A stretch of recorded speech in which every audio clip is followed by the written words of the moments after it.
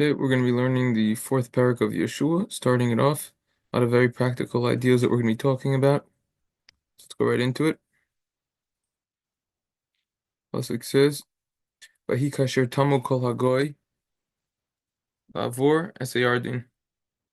That it was when everyone finished, the entire nation, crossing the Jordan River. Vayomer Hashem Yehoshua lemor. So Hashem told Yehoshua, "Kechu lachem min ha'am." Take from the nation, Shnayim asar anashim. Take 12 people. Ish echad mishevet, one person from each tribe. V'savu osam lemor, command them, saying, Se'u lachem mizeh, mitoch hayardin, mimatzev ragle hakohanim. Lift yourself from the Jordan River, from the station, the legs, the feet of the Kohanim. When they lift, Hichin shtayim asara avanim. They're going to lift 12 stones. Ve'avartim oisam, and they're going to pass it, imachem with them. V'hinachtem oisam b'malon, they're going to put it by the place where they lodge. Asher talina ba'alayla, where they're going to stay that night. So we see something interesting over here. This concept of 12 Kohanim and 12 stones. Now, this was already a commandment that was given to Moshe back in Sefer Devarim and Chav Zayin. And that the stones were going to be there and the whole Torah would be inscribed on it. Rabbi Chayas explains that this was to emphasize that the destiny of the Jews was dependent upon its allegiance to the Torah. That's the idea over here. A lot of miracles that happen. A lot of very interesting ideas. There's a tremendous amount of insight that is behind here. It's very easy to just superficially learn this and go through it. All right. Let's try to go in some order over here. Gonna be a little bit of all over the place. Try to get some understanding over here of the 12. Where does the 12 come from? Is there any significance behind this 12 other than the fact that there were 12 tribes? What exactly is going on over here? Let's just go through the Meom Loez over here. Talking about 12. Idea of 12. Right? Many miracles that happened over here. Shem said you take 12 people, each from each tribe. Command them to take 12 stones from where they are, that they should bring it over there. So the whole discussion exactly when this was told to Yehoshua. Some say that it wasn't told to Yehoshua after they passed the Jordan, like it says over here. Different times the Meom Loez goes into. And some other technicalities, which he discussed in the next few paragraphs, when it happened. He explains it, some background about it. And he says that we see from this that kings, when they were victorious, they would make signs, monuments, to demonstrate that they were their victory. So Moshe saw in his wisdom that the Jews would want to do this as well when they would cross the Jordan River. I'm writing that we're the children of Avram, Yitzchak, and Yaakov, and that Hashem is king. He's the one who rules the world, the universe. Just Hashem himself created the heavens and the earth and everything. Hashem supplied the Jews in the desert for 40 years with the man, with food. He has a tremendous amount of strength. They were victorious over Sichon and Amori, the king of Amori, and Og, the king of Bashan. They were the strongest people in the world, and they were victorious because of Hashem. So that's the idea over here. So too, that's what's happening over here as well. They're going to be waging war against the 7 nations. They're going to get helped out over here. So Moshe told them, Hashem doesn't want that. This is what Hashem wants. When you cross the Jordan, you get the 12 stone situation over there. Go to Har Gerizim and Har Evel. And with those stones, you could build an altar, Mizbeach. And you also write the whole Torah on those stones. So since the Torah didn't specify how many stones or where they should be put, But what should happen with them? Yehoshua got a prophecy, and he explained by Hashem. It was explained by Hashem this mitzvah and all the details. Told them what to do exactly. 12 people business, one from each tribe. Everyone would lift up a big stone, put it on his shoulders without being helped from his friend.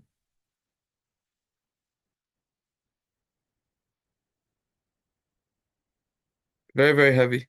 A lot of miracles that happened over here. You don't need to be afraid to wait. When you're in there, the Jordan will stay up. It's all good. And prepare it. Use it for the mizbeach, for the altar.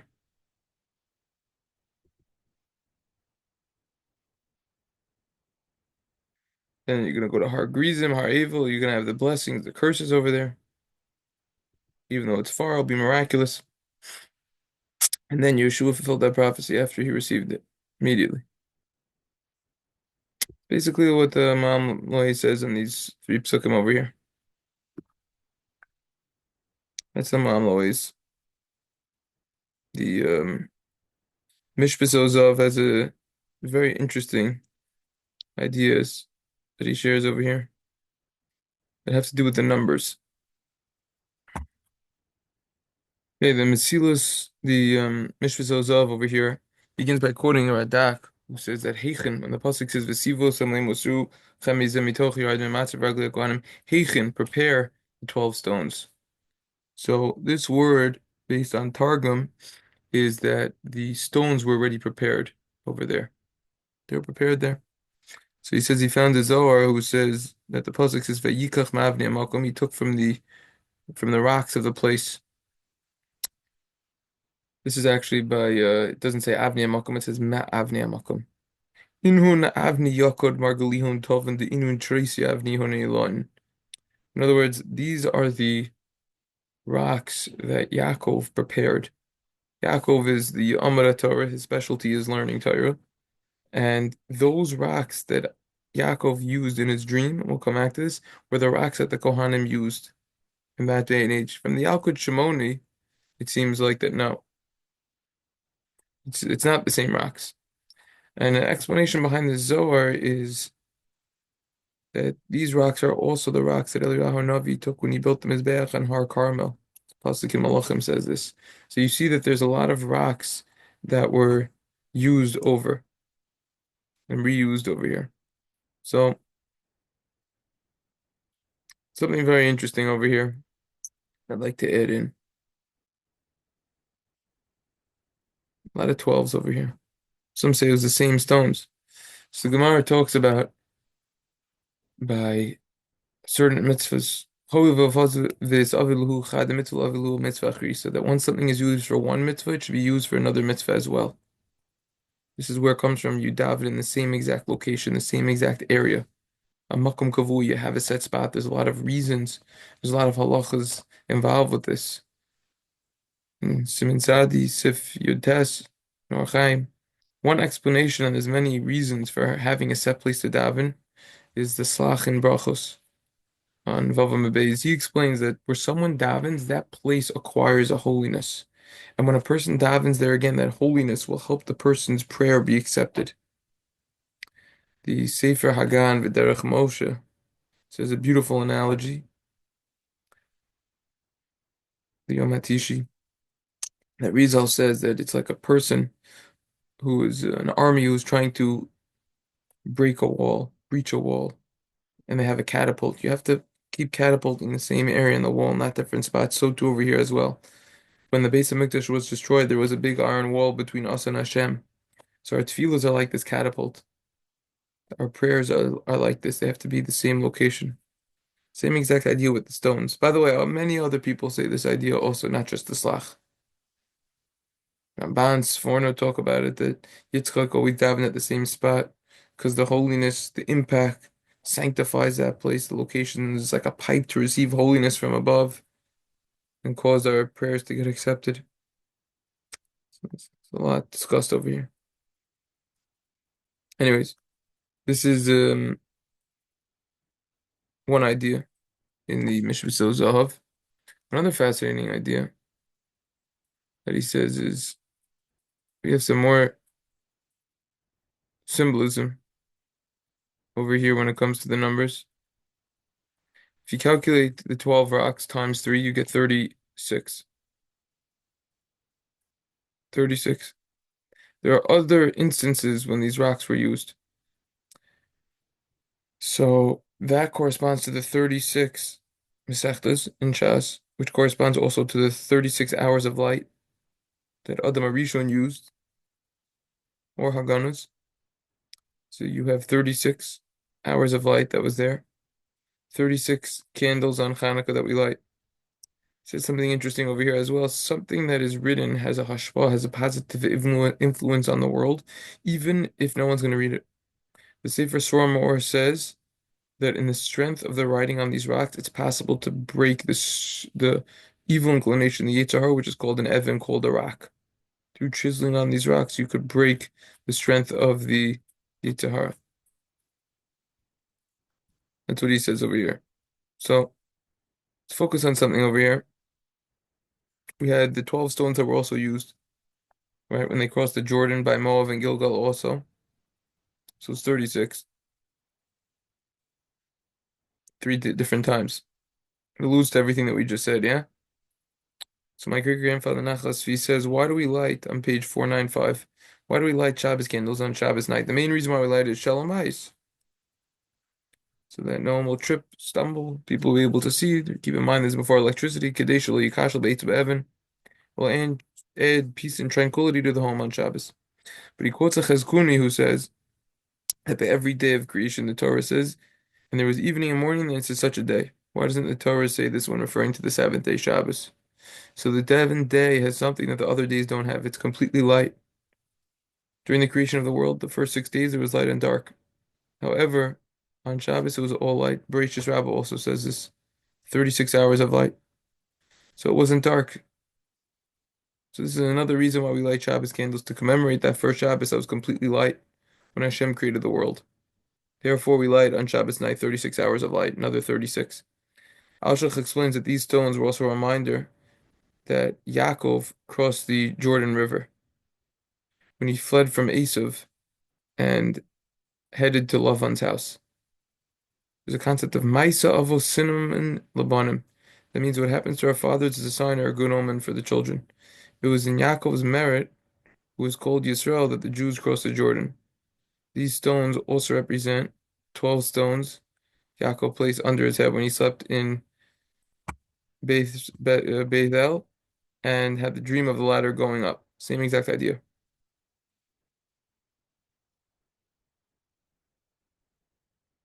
That's what we see from over here.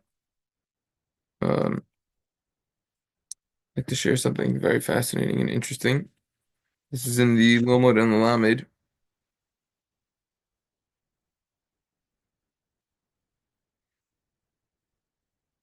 Actually, before that, let's go to the 48 business. What's the significance of 48 stones? The Yerushalmi and Sota says that there were 4 different times when the rocks were used. Yaakov, Moshe, twice by Yehoshua. That comes out to 48. That's also the gematria, the numerical value of Moach, brain. We have to use our brain to internalize the message that they represent. There are 48 ways to acquire the Torah. Arizal says that there are 48 crushing poles in the Mishkan. There's a custom to recite Eshes Chayil on Shabbos night. There are 4 explanations to why we say Eshes Chayil. Some say it refers to Shabbos. Every single pasuk is referring to Shabbos. Another explanation says it's referring to a wife. Another explanation is referring to the soul, neshama, it's deep, malbim. And the final explanation is Eshes Chayil is referring to the Torah. Last parak in Mishlei Eshes Chayil, by the way.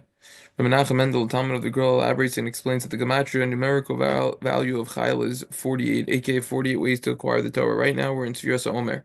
24,000 Talmidim, the students of Rabbi Akiva, died during these days, as we know from Maseches Yevamos and Samach Beis. Why did they die specifically during this time, which should be days of happiness? We're preparing for Shavuos, the time when we receive the Torah, many answers. Sifsei Chaim on the Moadim And Chelik Gimel on page 47 explains that during these days, especially, it's incumbent upon us, we have to demonstrate proper respect for the Torah. The Alter Mikalm says that every single day we have to work on one of the 48 ways to acquire the Torah. On the 49th day, we review everything. Not only did the students of Rabbi Akiva improperly prepare at their level, but they also, additionally and problematically, remained at the same level. They were therefore subject to the Midas Adin's strict judgment. They died specifically at this time because they lacked at their level proper midos, proper characteristic traits. Pirkei Rabbah says, Derech Eretz Katmal Torah, proper etiquette precedes the Torah in Tess in the Vayikra Rabbah. So why specifically are there 49 days with Omer? Many answers. Rabbi Karellenstein, in his Kuntras, in Yonis Yiras Omer on page 117, explains that the gematria of Lev Tov is a good heart is 49. The mission of Pirkei Avos, the second parak, which is also accustomed to learn now, parak Beis, says that Rabbi Yochanan ben Zakkai had five Talmidim. Five students. He asked them, "What is the derech yishar shevar lo'adam? What's the correct path that a person should take?" And there were different answers that was given: ayin tov, chaver tov, shachin tov, a good friend, a good eye, a good neighbor, haroa sanoilad, someone who sees the what he does now, the repercussions that will result in the future because of that. But Rabbi Eliezer ben Aruch said a good heart, leiv tov. Rabbi Yochanan ben Zakkai said what he said is the best because included in what everyone else said, his words included.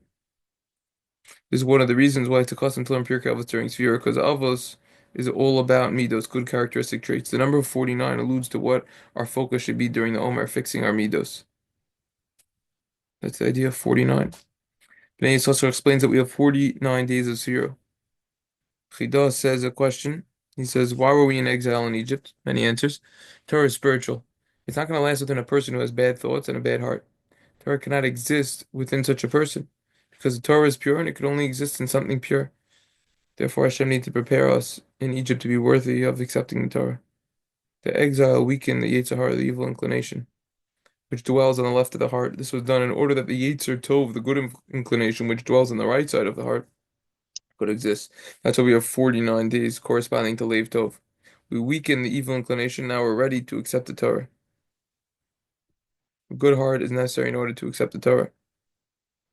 Some say there were two sets of 12 stones during the time of Yehoshua. Rabbeinu Bachai explains that these rocks correspond to the 24 Sfarim in Tanakh. Gemara in Taanis discusses the importance of reviewing one's learning 24 times. That's on Chesed Alf. Monuments. What about the monuments? We already saw it from the Meom Loez. Kings would do it when they conquer a city. There's many other examples, many monuments around.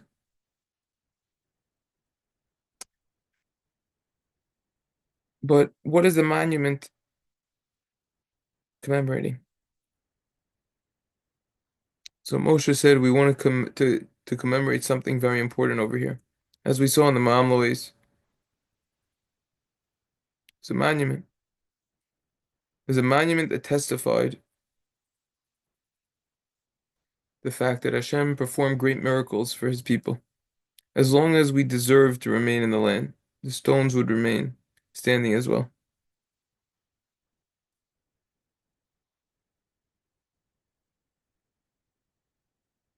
That's the monuments. So in the Sefer Lomod Lamed over here, testify that Hashem performed great miracles for his people, as long as they were deserving to remain in the land of peace. They would remain there as a witness. And we see that we still have a monument, so to say. We still have remnants of the second base of Mikdash. Gemara in Sota. Lamed Daled. We still have the Kaisel Maravi. Special Western Wall. The Holy Western Wall. Stones from the Jordan were a reminder that Yaakov also, as we learned, was there as well. Barbanel says it was a custom for a conquering nation to erect a monument. But Hashem commanded the Jews, put it up and put the Torah on that monument. This indicates that Hashem wanted to elevate the general custom to a level of mitzvah which would raise the banner of Torah, rather than reflect the glory of the conquering king. Deep idea. Rabbeinu Bachai explains that to inscribe every single pasuk of the Torah on these stones immediately when they went into Israel had a special purpose. It was to emphasize that it would be in the merit of Torah observance which would cause the defeat of Israel's enemies. That's very important nowadays. It's all through Torah. Another reason why Hashem gave this commandment was to show the difference between the Jews' victories and other nations. Our conquest was divinely justified.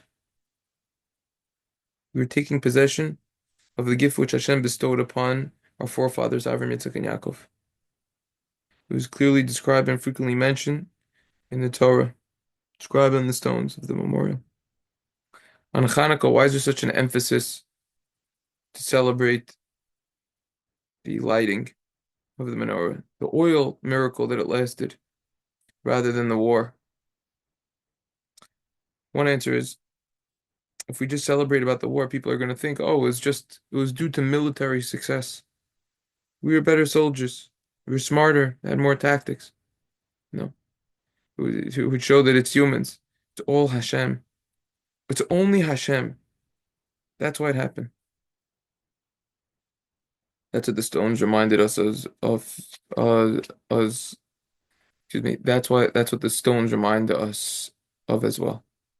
The stones of the Kosel Ma'aravi, the western wall, all that remain today from the outer wall of the second Beis Hamikdash. Following the destruction of the Beis Hamikdash and the exile of the Jewish people, there were many periods over the centuries when very few Jews were permitted to live in Yerushalayim. During its occupation by Muslims, Yerushalayim was under the rule of various pashas. Some were good, others weren't. One wanted to destroy everything, and he passed his decree that all Arabs living within proximity of the Wailing Wall, as the Arabs called it, should dump their garbage in front of it. And after some time, the amount of garbage became so huge that it covered the wall entirely, and it's a very tall wall. I've been there many times. After a number of years, no one could even locate the spot where the wall was. And then suddenly a Jewish traveler came to Yerushalayim, Jerusalem, specifically to be able to pray in front of the Kosel Ma'aravi. Imagine his pain and distress. After his long journey, he found that there was no trace. He inquired about the Arab residents of Yerushalayim, was able to determine more or less where it was supposed to be located. Now, you can't daven when you got a pile of garbage there. Also, you got a problem halachically, but okay. So he had a good plan. He started a rumor that precious gems were buried under the garbage. And in order to make it a legit story, he put some gems over there, pearls, other precious stones throughout the garbage. So when they heard the rumor, especially when some of their neighbors did find a few of the gems, they all got to work and they removed the garbage.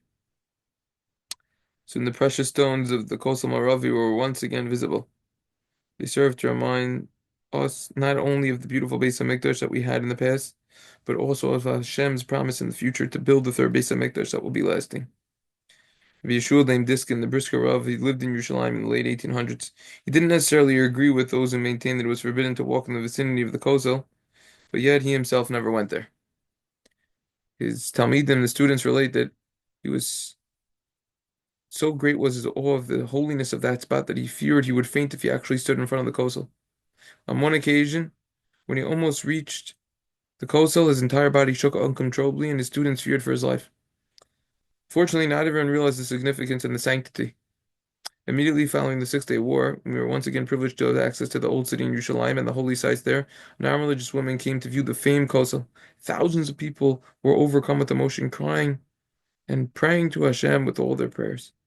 The woman just stood staring at the wall and sarcastically asked, "For these old stones, we had to lose so many young lives?" People who heard her question related afterwards that the woman became paralyzed on the spot. Monuments. That's what we're talking about over here. So we have to think about. Number 12, significance. Interesting ideas.